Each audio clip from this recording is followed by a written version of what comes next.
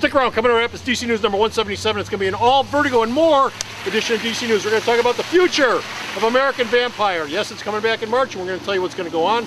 Also going to tell you about The Wake. The Wake is returning also, and it's got big plans. Then we're going to go over to Aquaman and the others. We're going to give you a lowdown on what's going up with that. Green Arrow, if you read the last issue of Green Arrow, you know, big reveal in that. We're going to let you know what's coming up in the future. It's going to include Richard Dragon. And we're going to wrap it all up with NBA All-Star Weekend. No, don't ask, just buy it. All that and more right after this.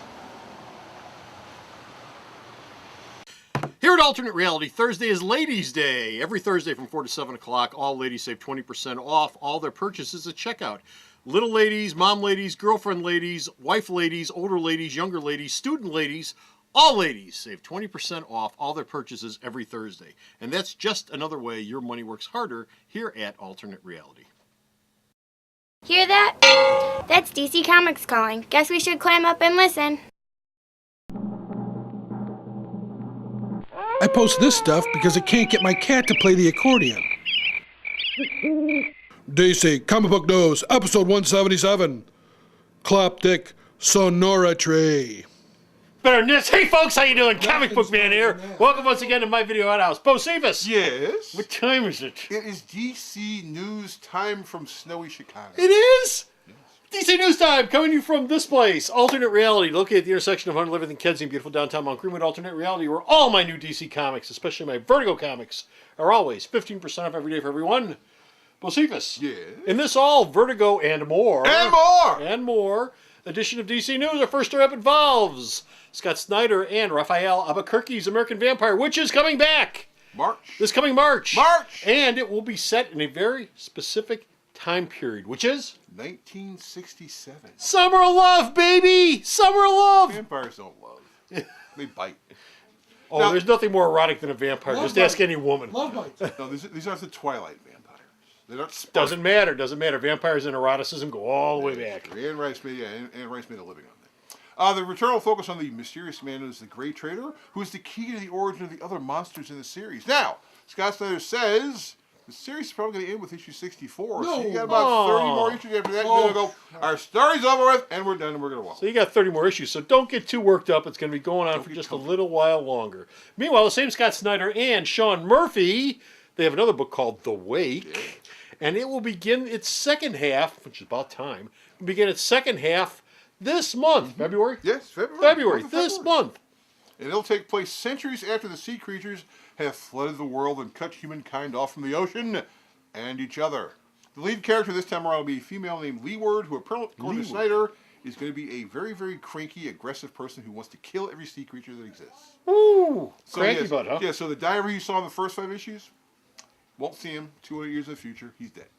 While we're under the sea, Aquaman, remember Vertigo and more, Aquaman, okay, and the others, the new book that's coming up, is going to have a prelude, or is going to be the prelude. It's going to be the prelude.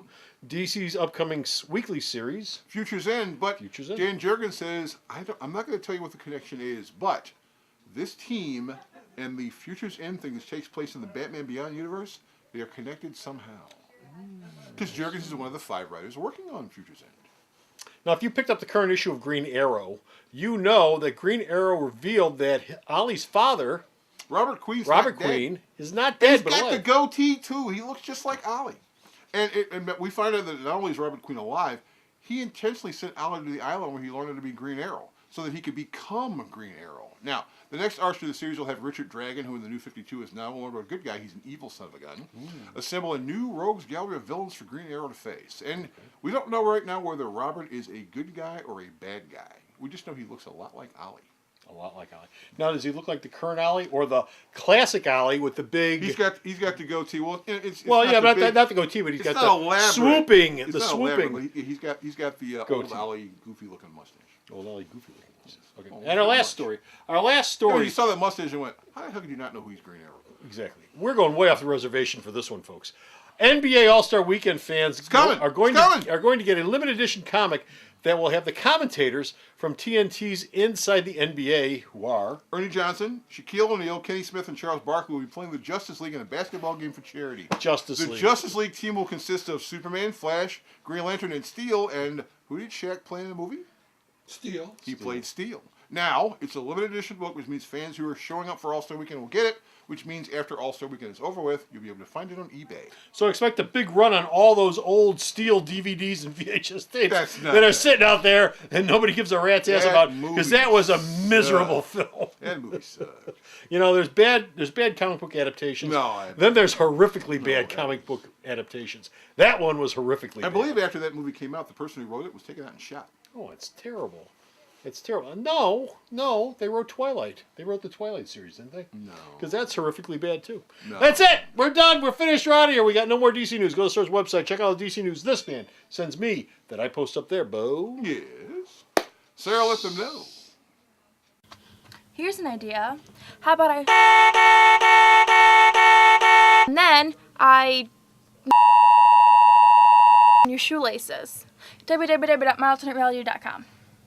Go to the store's website. Check out all his news. Till next time, this is Comic Book Man. And this is Bo saying Superman has no jump shot whatsoever. Bye. The Video Outhouse is brought to you by some of the finest people willing to work for free. This is a list of some of them.